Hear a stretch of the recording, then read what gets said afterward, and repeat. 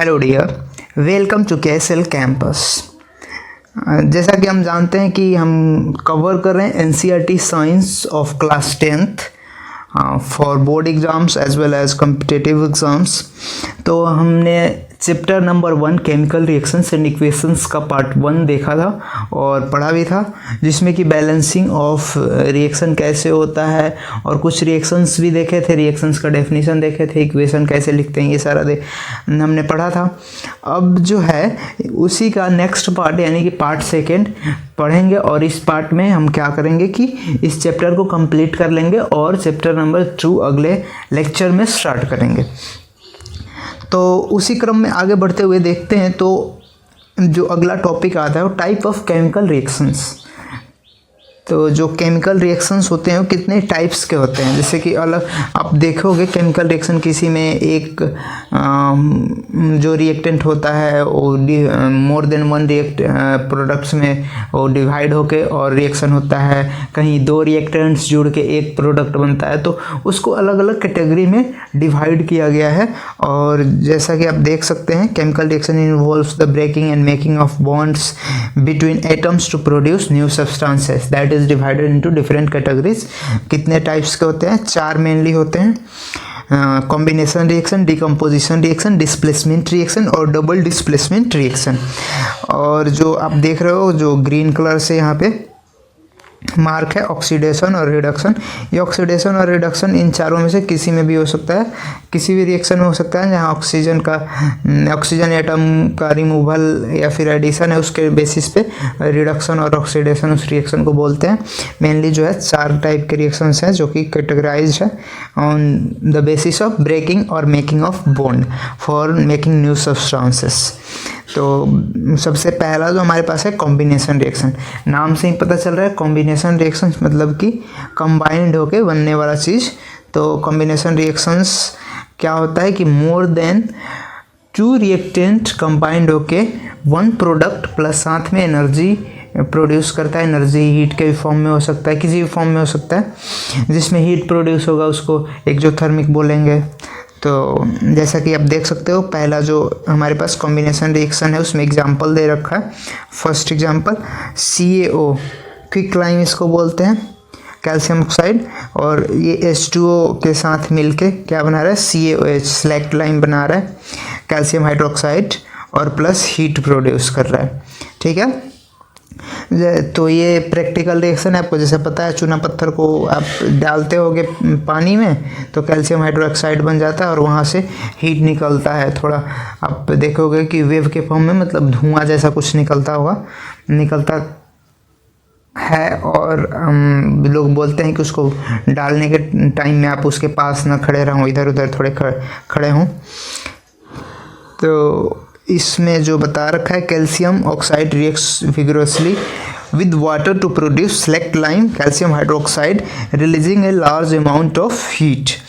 ठीक है, तो इसमें 2 या मोर देन 2 रिएक्टेंट्स कंबाइंड होके 1 प्रोडक्ट बना रहा है, तो इसको कॉम्बिनेशन रिएक्शंस बोलते हैं कि कंबाइंड, आपको नाम से ही पता चल रहा है कंबाइंड होकर बना रहा है। अब जैसा कि देख सकते हैं ये बीकर है जो है हमारे पास, एक फिगर में दिखा रखा है, एक हमारे पास ये जो है बीकर है और इसमें वाटर भरा हुआ है और इसमें कैल्शियम ऑक्साइड हम डाल रहे हैं CaO, और जब डाल रहे हैं कैल्शियम ऑक्साइड तो ये क्या बन जाएगा? कैल्शियम हाइड्रोक्साइड बन जाएगा, CaOH बन जाएगा। कैल्शियम हाइड्रोक्साइड जो है फॉर्म हो गया। अब तो in this reaction calcium oxide and water combine to form a single product. ठीक है, calcium hydroxide such a reaction in which single product is formed from 2 or more than 2 reactants is known as combination reaction। ये जो है आप इसका definition लिख सकते हो, बहुत बार डेफिनेशन इसके पूछ लेता है, या फिर टाइप्स ऑफ केमिकल रिएक्शन पूछता है एग्जाम में, तो इसमें सारा एक्सप्लेन करना रहेगा, उसका डेफिनेशन भी, एक एग्जाम्पल भी देना रहेगा। तो इसी टाइप्स करेंगे। Let us discuss some more examples of combination reaction. कुछ और एग्जांपल देखते हैं, जैसा कि देखिए जो बर्निंग ऑफ कोल जो है, कोयला, तो यहाँ पे कार्बन सी से और ऑक्सीजन के प्रेजेंट में बॉर्न होता है तो क्या बनता है, कौन सी गैस, CO2 गैस बनती है, कार्बन डाइऑक्साइड वो गैस बनती है। और जो यहाँ पे कार्बन जो है सॉलिड फॉर्म में है कोयले में, O2 जो है गैस है और CO2 जो बन रहा है वो गैस बन रहा है। ठीक, एक एग्जांपल हो गया। दूसरा जो formation of water from H2 और O2, तो ये 1:8 के फॉर्म में शायद मिलाना पड़ता है और लेबोरेटरी में बनेगा वाटर, मतलब ऐसे नहीं बन जाएगा कि आप कहीं से O2 लाए और कहीं से H2 लाए और उसको मिला दिया तो वाटर बन गया, ऐसे नहीं बनेगा। उसके लिए स्पेशल कंडीशन भी चाहिए होता है, formation of water from H2 और O2। तो O2 जो H2 जो है गैस है, O2 भी गैस है, हाइड्रोजन ऑक्सीजन मिलके H2 यानी वाटर बन रहा है, हाइड्रोक्साइड। तो इसको बैलेंस किया हुआ है, जैसा कि आपको पता है कि बैलेंसिंग ऑफ रिएक्शंस मैंने पढ़ा रखा था, तो देख सकते हो आप रिएक्शन बैलेंस है। इधर जो हाइड्रोजन 2H2 है तो 4, इधर 2H2 तो 4, और O2 जो है 2 है यहाँ पे तो 2O2 2O है, तो ये भी 4 हो गया। नेक्स्ट कुछ देखेंगे जो कि other examples of exothermic reactions. तो ये कॉम्बिनेशन रिएक्शन, एक्सोथर्मिक रिएक्शन, इसका अदर एग्जांपल दे रखा है। सबसे पहले तो देख लेते हैं कि एक्सोथर्मिक रिएक्शन किसको बोलते हैं और एंडोथर्मिक रिएक्शन किसको बोलते हैं। यहाँ पे लिखा हुआ था इसका डेफिनेशन, अभी हट गया है। एक्सोथर्मिक और एंडोथर्मिक,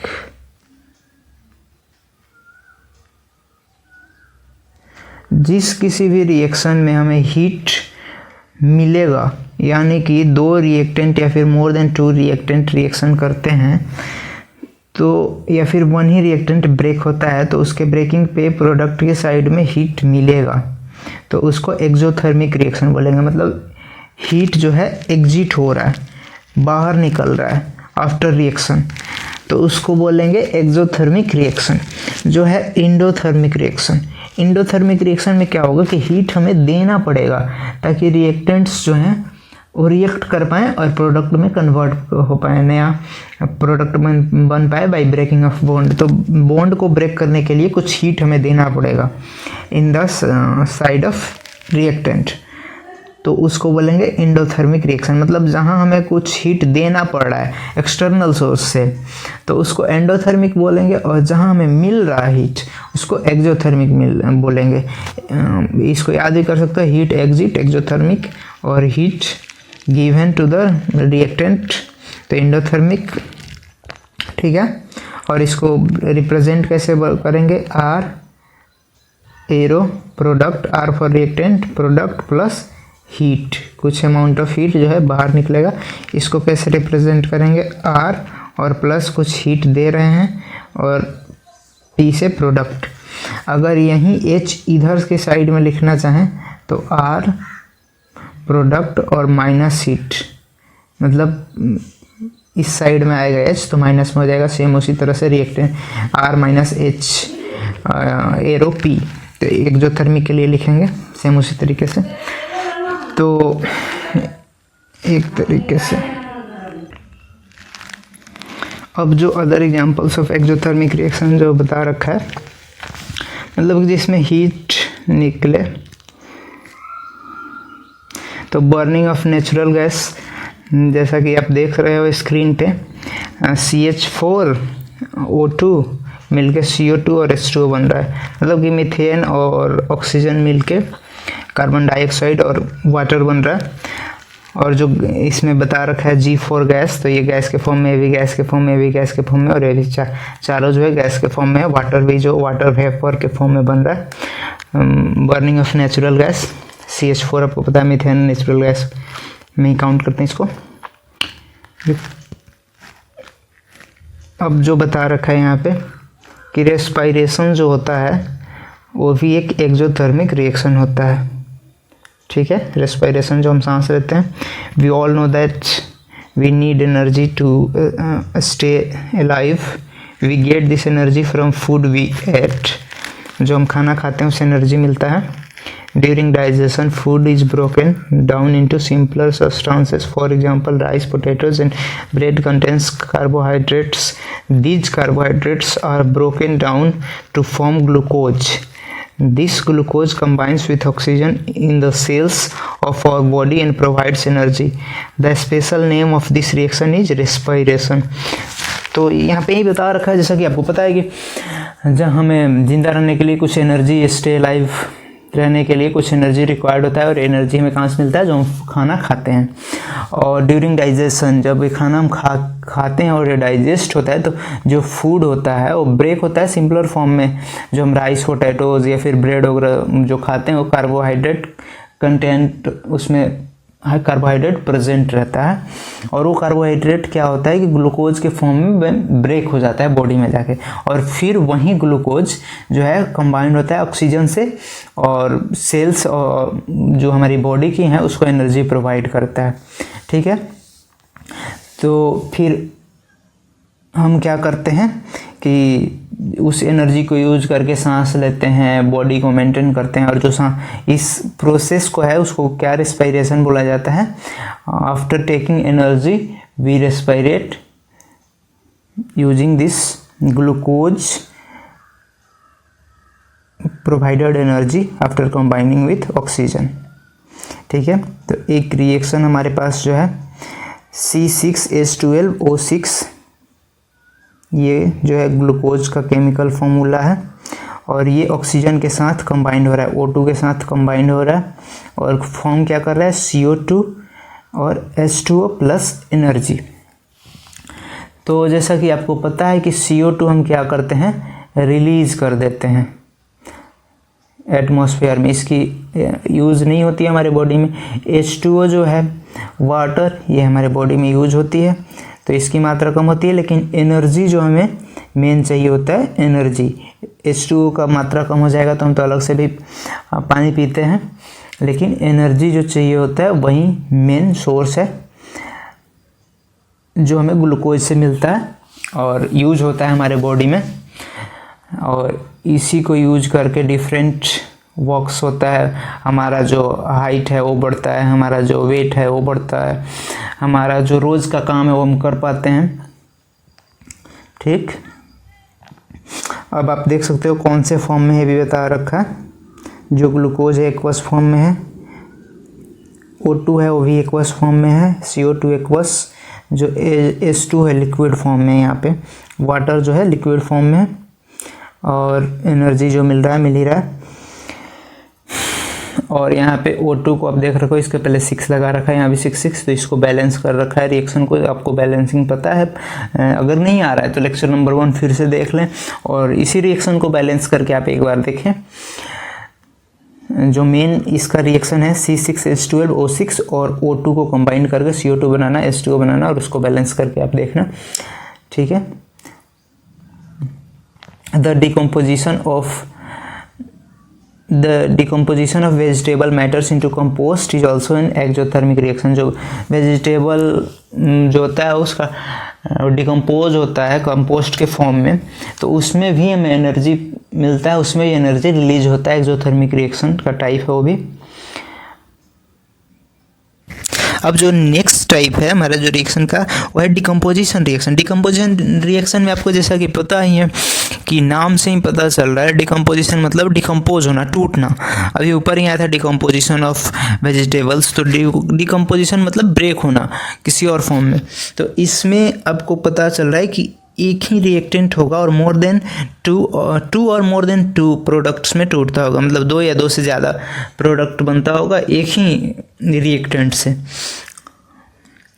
और इसका डेफिनेशन भी देख सकते हैं यहाँ पे, जैसा कि दे रखा है, it is a chemical reaction in which one reactant dissociates into 2 or more products. When a decomposition reaction is carried out by heating, it is called thermal decomposition. Thermal decomposition या फिर इंडोथर्मिक भी इसी को बोल देंगे। ठीक,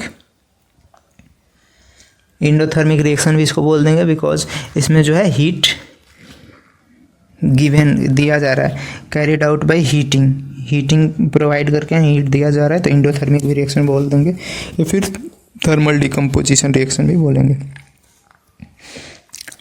examples इसमें है FeSO4 हमारे पास है,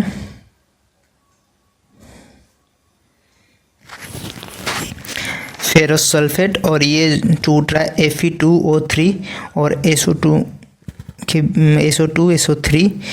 में टूट रहा है, मतलब 3 यहाँ पे प्रोडक्ट 1 प्रोडक्ट 2 प्रोडक्ट 3 और रिएक्टेंट एक ही है, प्रोडक्ट 3 मिले हमें। फेरिक ऑक्साइड, सल्फर ऑक्साइड और sulphur trioxide, try sulphur oxide में टूटा है। इन दिस, जैसा कि आप देख सकते हैं, इन this reaction you can observe that a single reactant breaks down to give simpler product. This is decomposition reaction ferrous sulfate crystal, यानी कि FeSO4 इंटू 7H2O यहाँ पे होता है। लूज वाटर व्हेन हीटिंग, ये जो फेरस सल्फेट का composition होता है FeSO4 और 7H2 इसके साथ होता है, तो इसीलिए हीटिंग की हमें ज़रूरत होती है। तो हीटिंग प्रोवाइड करते हैं, जो 7H2 इसके साथ है वो वेपोराइज हो जाता है। Lose water when heated and the colour of the crystal changes, it decomposes to ferric oxide Fe2O3 और सल्फर डाइऑक्साइड और सल्फर ट्राईऑक्साइड SO2 और SO3 के बीच में टूट जाता है। Ferric oxide is a solid, जो Fe2O3 जो बन रहा है वो सॉलिड है, और जो SO2 और SO3 बन रहा है वो गैसेस है, ठीक। और ये भी FeSO4 जो था ये भी सॉलिड था, ठीक है। अब जो डिकम्पोजिशन रिएक्शन में भी कुछ और एग्जांपल्स देखेंगे। Decomposition of calcium carbonate to calcium oxide and carbon dioxide on heating, it is important decomposition reaction used in various industries. Calcium oxide is called lime or quicklime. It has many uses. One is the manufacture of cement.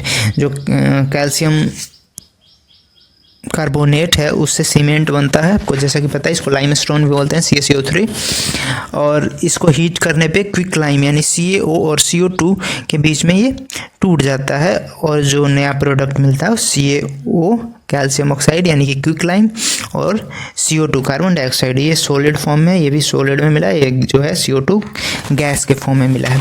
और heating इसमें भी क्यों ज़रूरत होती है, क्योंकि इसमें भी वाटर प्रेजेंट होता है, CaCO3 इंटू 2H2O शायद होता है, एक बार इसको देख लेना, 2H2 ही होता है जहाँ तक मुझे याद है। तो हीटिंग प्रोवाइड करते हैं तो जो वाटर कंटेंट है वो लूज हो जाता है, मतलब कि रिमूव हो जाता है, और फिर ये ब्रेक हो जाता है कैल्शियम कार्बोनेट जो है लाइमस्टोन।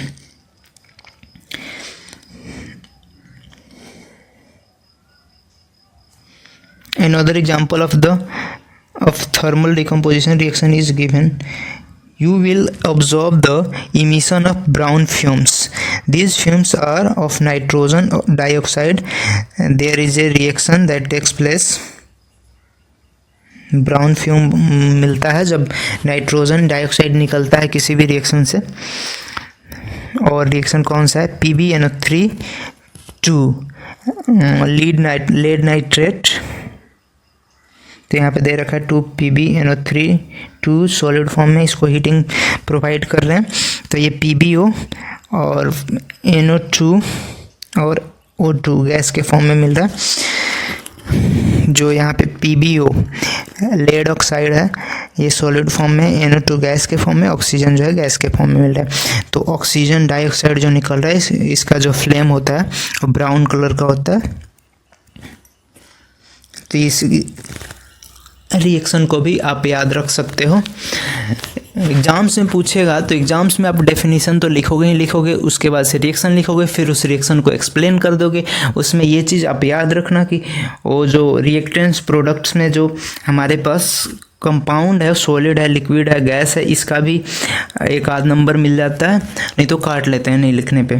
तो एक फुल बैलेंस्ड रिएक्शन आपको लिख के बताया है पिछले वीडियो में, वैसे ही रिएक्शंस को लिखना होता है, और एग्जांपल्स भी आप दोगे तो वैसे ही लिखोगे। तो हर एक जो है टाइप्स ऑफ रिएक्शन का है, एक एक दो दो एग्जाम्पल आप याद रखना, ताकि एग्जाम्स में आपको आसानी रहे लिखने में, या फिर ऐसा भी पूछ सकता है 1 मार्क्स में 2 मार्क्स के क्वेश्चन में कि इसको हीटिंग करने पे क्या बनेगा।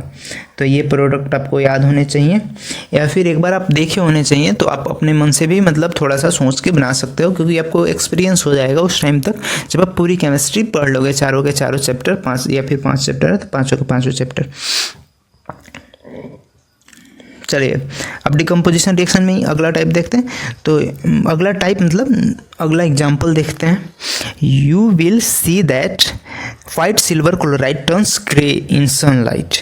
वाइट सिल्वर क्लोराइड जो होता है उसका कलर आप याद कर लो कौन सा होता है, वाइट सिल्वर क्लोराइड का। ये बहुत एग्जाम्स में पूछ रखा है, कॉम्पिटिटिव एग्जाम्स में जनरली पूछता है, तो आपको यहीं से याद कर लेना है। और ये कौन से कलर का हो जाता है, ग्रे कलर का हो जाता है, सिल्वर का कलर ग्रे, और जो क्लोरीन गैस है वो बाहर निकल जाता है। This is due to decomposition of silver chloride into silver and chlorine by light. Sunlight के प्रेजेंट में जो सिल्वर क्लोराइड है सिल्वर और क्लोराइड में टूट जाता है। The silver chloride turns into grey into sunlight to form silver metal. Silver metal बन जाता है। सेम ये आपको दे रखा है इस तरीके से कि ये कोई हमारे पास टेबल है और इस पे चाइना डिश वॉश रखा है, मतलब एक पॉट रखा है, इसमें सिल्वर क्लोराइड रखा है, इधर से सनलाइट आ रहा है, और ये क्या है कि सिल्वर और क्लोराइड के बीच में टूट जाएगा, जो क्लोराइड गैस है वो बाहर निकल जाएगा, और इसमें जो कौन सा मेटल बच जाएगा, सिर्फ सिल्वर बच जाएगा। उसी तरीके से सेम सिल्वर ब्रोमाइड के केस में भी होता है। सनलाइट के प्रेजेंस में सिल्वर ब्रोमाइड जो है सिल्वर और ब्रोमाइड के बीच में टूट जाता है, Br2, और Br2 जो है बाहर निकल जाता है और सिल्वर मेटल सिर्फ बच जाता है।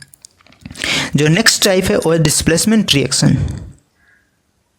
इसमें जो है आपको नाम से ही पता चल रहा है कि कुछ किसी ना किसी चीज़ का डिस्प्लेसमेंट हो रहा होगा, या तो प्रोडक्ट या रिएक्टेंट का किसी का भी हो रहा होगा, किसी एटम का हो रहा होगा।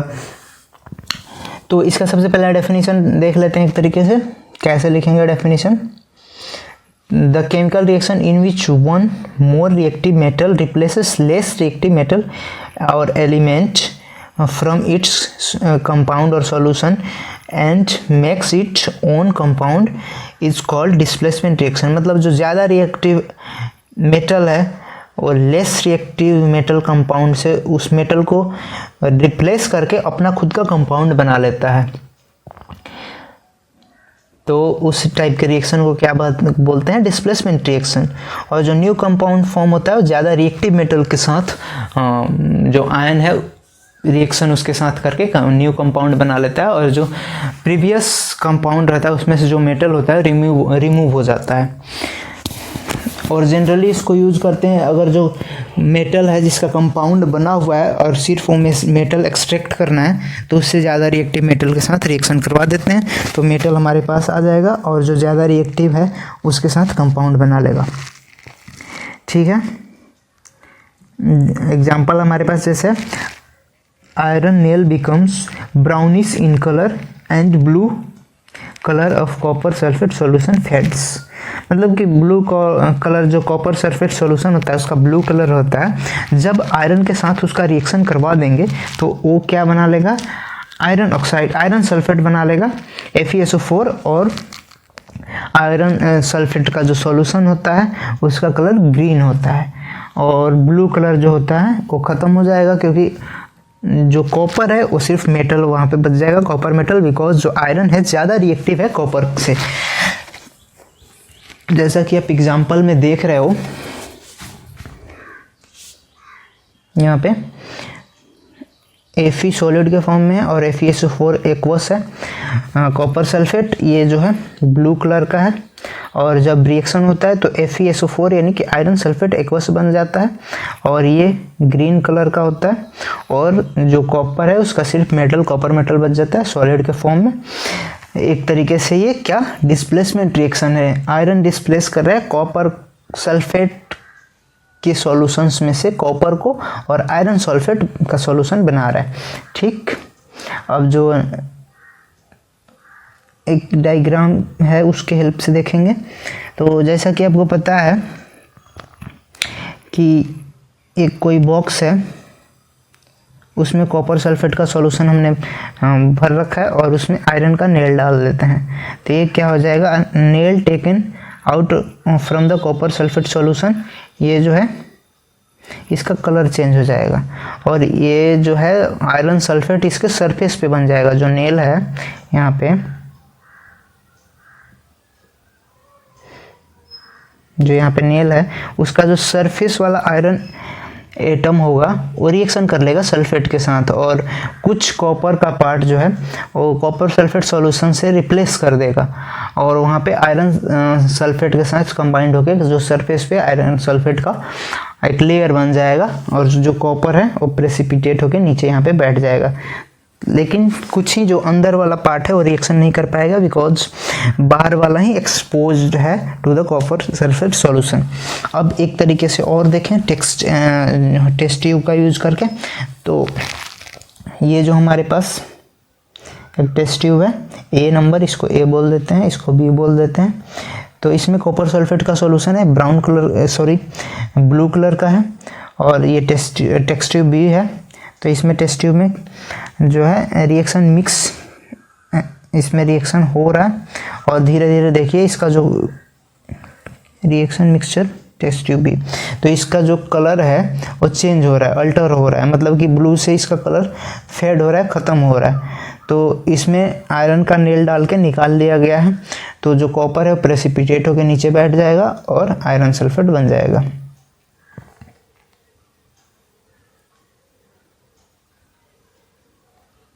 ठीक, इसी को एक्सप्लेन कर रखा है। In this reaction iron displaces और removes another elements copper from copper sulfate solution. This reaction is known as displacement reaction. Other examples of displacement reactions जो कि नीचे है, तो यहाँ पे आप देख सकते हैं जिंक और कॉपर सल्फेट सॉल्यूशन का रिएक्शन करवाते हैं। तो आपको पता है जिंक जो है कॉपर से ज़्यादा रिएक्टिव है। अगर आपको नहीं पता चल रहा है कि कौन सा ज़्यादा रिएक्टिव है कौन सा नहीं रिएक्टिव है, तो जो नेक्स्ट चैप्टर आएगा उसमें एक रिएक्टिविटी सीरीज हम पढ़ेंगे और रिएक्टिविटी सीरीज में आप देखेंगे कि ऊपर कौन सा मेटल है, उससे कम रिएक्टिव कौन सा है, उससे कम रिएक्टिव कौन सा है, जो लीस्ट रिएक्टिव है वो कौन सा है। तो एक तरीके से एक रिएक्टिविटी टेबल आप पढ़ेंगे तो उसको याद कर लेंगे तो आपको पता चल जाएगा कि कौन सा ज़्यादा रिएक्टिव है कौन सा कम रिएक्टिव है। आपको रिएक्शन जो है करवाने में कोई कन्फ्यूज़न नहीं होगा, आपको कोई भी उस तरीके से डाउट नहीं रहेगा कि ज़्यादा रिएक्टिव है कि कम रिएक्टिव है। तो उसमें जो है नेक्स्ट चैप्टर में रिएक्टिविटी सीरीज देखेंगे, तब तक आप रिएक्शन सिर्फ समझें कि कैसे हो रहा है और एक दो जो है याद कर लें, जैसे कि पिछला आयरन जो था कॉपर से ज़्यादा रिएक्टिव था, यहाँ जिंक जो है कॉपर से ज़्यादा रिएक्टिव है। तीसरा जो हमारे पास इक्वेशन है जो इसमें लेड जो है कॉपर से ज़्यादा रिएक्टिव है, तो जिंक का रिएक्शन करवाते हैं कॉपर सल्फेट सॉल्यूशन के साथ, तो जिंक सल्फेट बन जाता है यहाँ पे ZnSO4 और कॉपर जो है सॉलिड के फॉर्म में बाहर निकल जाता है, मतलब प्रेसिपिटेट होकर नीचे बैठ जाता है सॉलिड फॉर्म में। तो ऑब्वियसली कैसे बाहर निकलेगा, गैस होता है तो बाहर निकल जाता हो जाता। और जो लेड है ये भी कॉपर से ज़्यादा रिएक्टिव है, तो कॉपर क्लोराइड के साथ इसका रिएक्शन करवाते हैं तो लेड क्लोराइड बना लेता है और कॉपर जो है प्रेसिपिटेट हो जाता है, नीचे बैठ जाता है।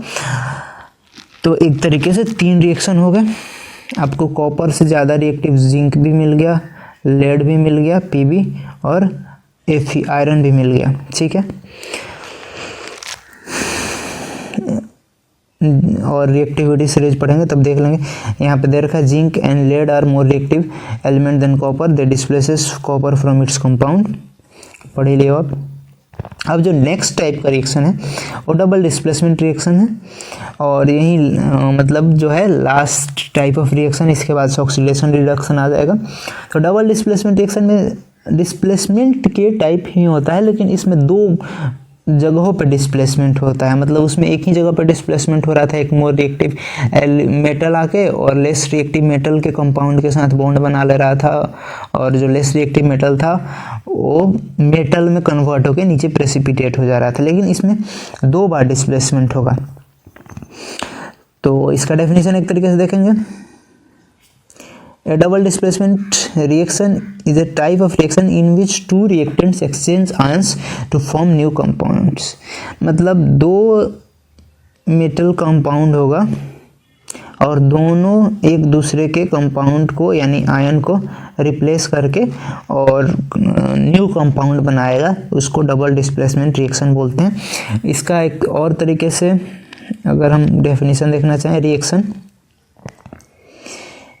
in which solution compound of two reactants react each other to form new compounds by exchange of ions। जैसे कि one metal ion forms compound with ion of another metal and vice versa, मतलब another metal का जो ion होगा वो फिर दूसरे metal के ions के साथ vice versa, मतलब ठीक इसके उल्टा होता है।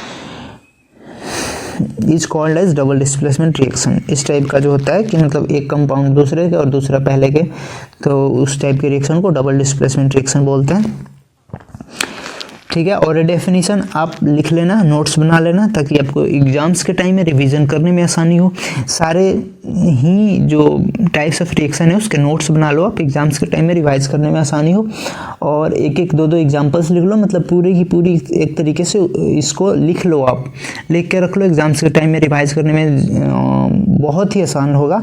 और डायरेक्ट टू डायरेक्ट एनसीईआरटी के एग्जाम्पल्स पूछते हैं एग्जाम्स में, चाहे सीबीएसई का हो, आईसीएसई का हो या फिर स्टेट बोर्ड का हो, अधिकांश एनसीईआरटी का ही पूछते हैं। या फिर कोई भी प्रकाशन की बुक हो आपके पास, एबीसी, प्रदीप, कोई भी हो, तो उसमें इसी को एलोबरेट करके देता है। ज़्यादा यहाँ पे एक एग्जांपल दिया हुआ है तो वहाँ पे 5 दे देगा, यहाँ पे 3 दिया हुआ है तो वहाँ पे 9 दे देगा, उस टाइप से एग्जांपल्स देगा, लेकिन देगा यही और पूछेगा भी तो यही 9 पढ़ोगे या फिर 5 पढ़ोगे, एनसीईआरटी का पढ़ोगे तो पूछेगा यही, 1-2 ही क्वेश्चन इधर उधर होगा तो भी आप बना लोगे इसकी हेल्प से, क्योंकि आपको रिएक्टिविटी सीरीज आता रहेगा। और लेड कॉपर का दिया हुआ है, वहाँ पे सोडियम और कॉपर का दे देगा, वहाँ पे रिएक्टिविटी सीरीज आपको पता है कि कौन डिस्प्लेस करेगा। ठीक है, तो अगले चैप्टर में रिएक्टिविटी सीरीज भी पढ़ेंगे। इसका एग्जांपल देखते हैं डबल डिस्प्लेसमेंट रिएक्शन का। जैसे कि हमारे पास 2 कंपाउंड है, Na2SO4 सोडियम सल्फेट और BaCl2 बैरियम क्लोराइड।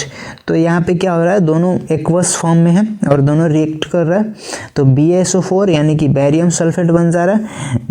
जो सोडियम सल्फेट है इसका सल्फेट बैरियम के साथ रिएक्शन करके बैरियम सल्फेट बना रहा है, और NaCl यानी कि जो सोडियम है वो बैरियम क्लोराइड के साथ रिएक्शन करके सोडियम क्लोराइड बना रहा है, और बैरियम सल्फेट जो बन रहा है सॉलिड फॉर्म में NaCl जो है यानी कि सोडियम क्लोराइड वो एक्वस फॉर्म में बन रहा है, मतलब वाटर वेपर उसमें है या फिर वाटर का जो अमाउंट है प्रेजेंट है वहाँ पे एक्वस में होता है।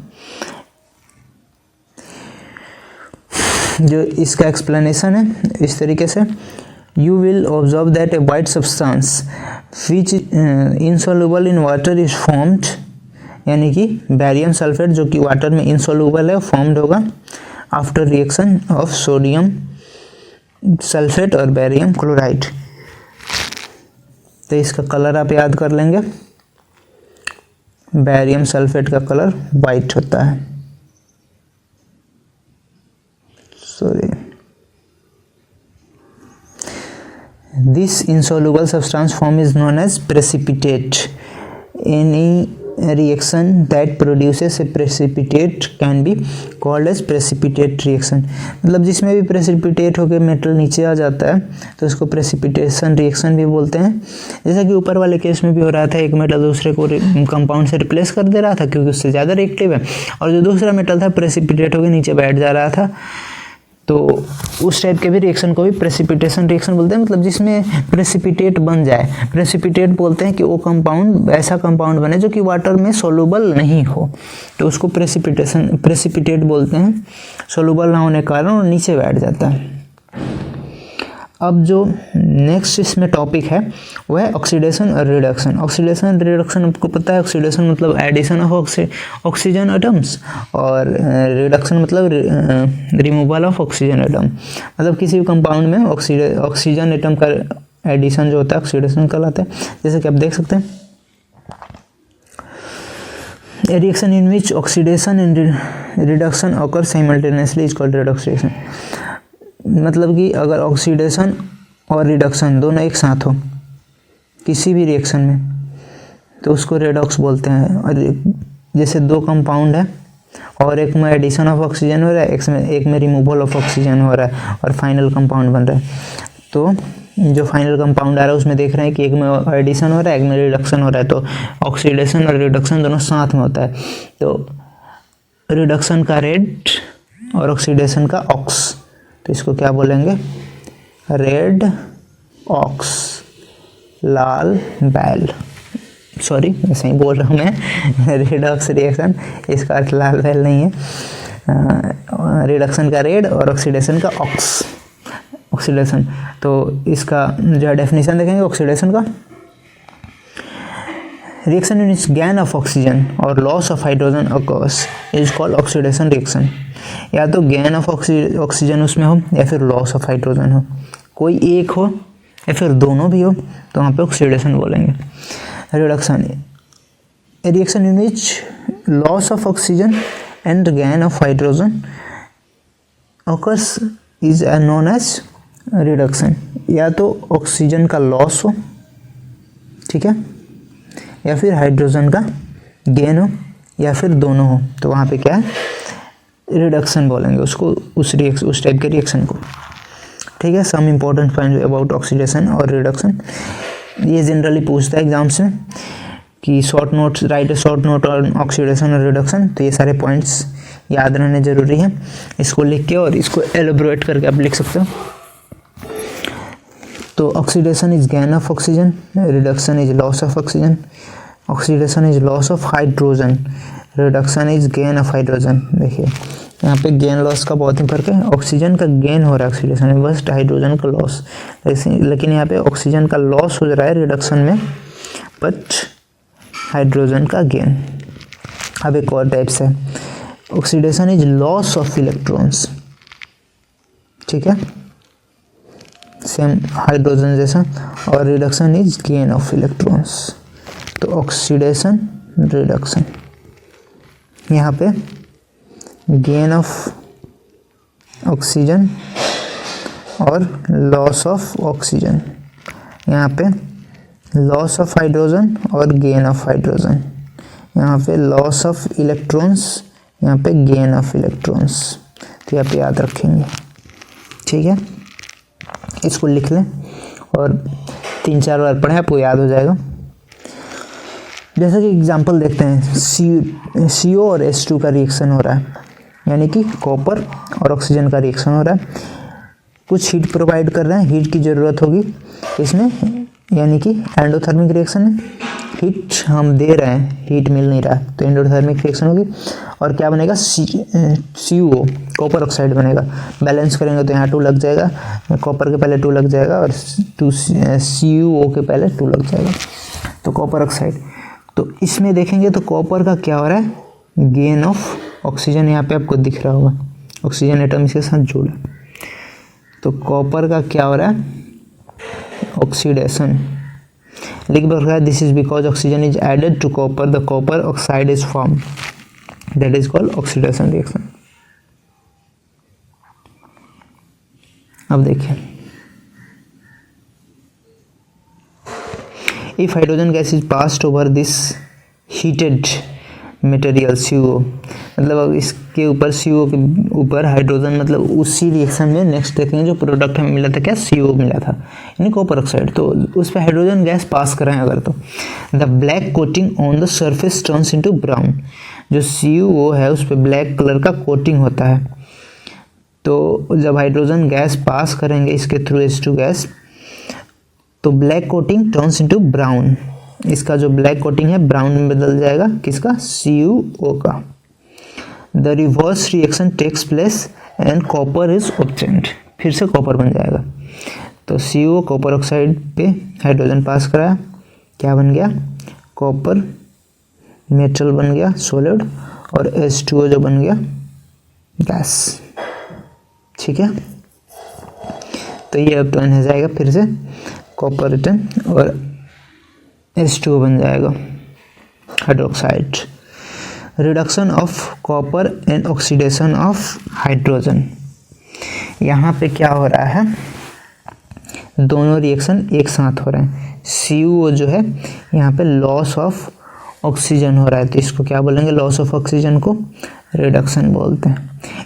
H2 के साथ क्या हो रहा है, ऑक्सीजन का कॉम्बिनेशन हो रहा है, यहाँ पे क्या हो रहा है, गेन ऑफ ऑक्सीजन हो रहा है, तो गेन ऑफ ऑक्सीजन को क्या बोलते हैं, ऑक्सीडेशन। तो ऑक्सीडेशन और रिडक्शन दोनों एक साथ एक ही रिएक्शन में बोल रहे हैं, तो इस टाइप के रिएक्शन को क्या बोलेंगे, red ox, red for reduction, ox for oxidation, redox reaction है ये एक टाइप से। जब आप 11th क्लास में जाओगे तो उसमें एक चैप्टर आएगा रेडॉक्स रिएक्शन का, तब और अच्छे से आप देखोगे। अभी कंसेप्ट बस समझ लो, रेडॉक्स रिएक्शन बोलते किसको है। Some other examples of redox reaction, मतलब जिसमें ऑक्सीडेशन और रिडक्शन दोनों हो रहा है। तो और एग्जांपल्स, ZNO कार्बन के साथ कंबाइन कर रहा है तो Zn एटम बन रहा है, Cu बन रहा है गैस में। यहाँ से रिडक्शन किसका हो रहा है, एक बार पहचानो, तो रिडक्शन Zn का हो रहा है बिकॉज यहाँ पे लॉस ऑफ ऑक्सीजन हो रहा है। ऑक्सीडेशन किसका हो रहा है, कार्बन का हो रहा है बिकॉज यहाँ पे गेन ऑफ ऑक्सीजन हो रहा है। दूसरा एग्जांपल है MnO2 और HCl मिलके MnCl2 और H2O और Cl2 बन रहा है।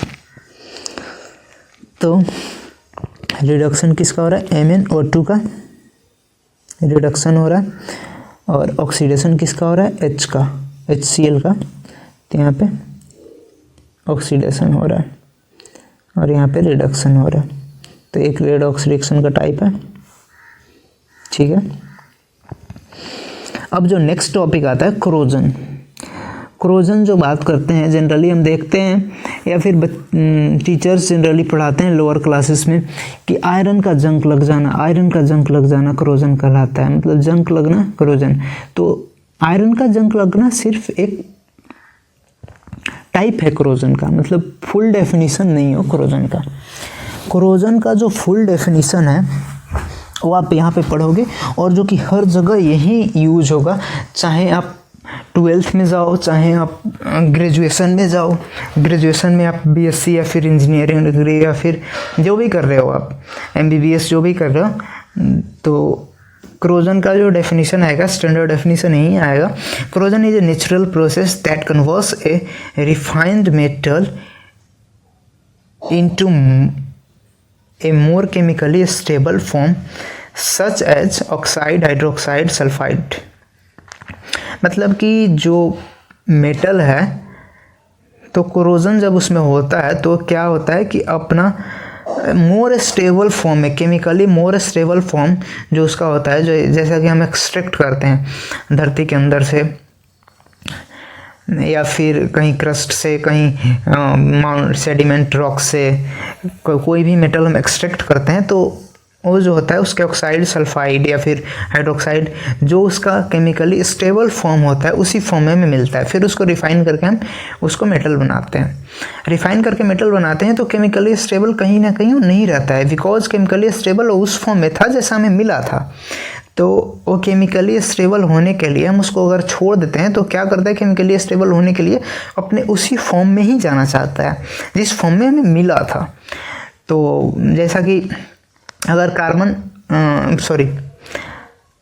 आयरन जो है उसका ऑक्साइड के फॉर्म में मिलता है हीमाटाइट, मैग्नेटाइट ओर से, तो आयरन जो है ऑक्साइड के फॉर्म में मिलता है। जब उसको छोड़ देते हैं हम in the presence of H2O या फिर इन द प्रेजेंस ऑफ कुछ नमी होता है वहाँ पे, कुछ वाटर वेपर होते हैं, तो उसके प्रेजेंस में छोड़ देते हैं तो फिर उसे ऑक्साइड के फॉर्म में ही चेंज होना चाहता है और उसी को रस्टिंग बोलते हैं, मतलब मोर केमिकली स्टेबल फॉर्म में वो भी जाना चाहता है।